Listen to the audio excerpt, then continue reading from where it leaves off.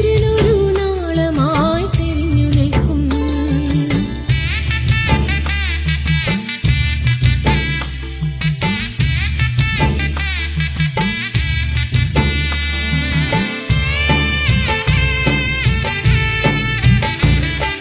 തിരുവാതിര തിരിതെളിക്കും തിരുവിളക്കിൽ കുംഭസൂര്യനൊരു നാളമായി തെളിഞ്ഞു നിൽക്കും.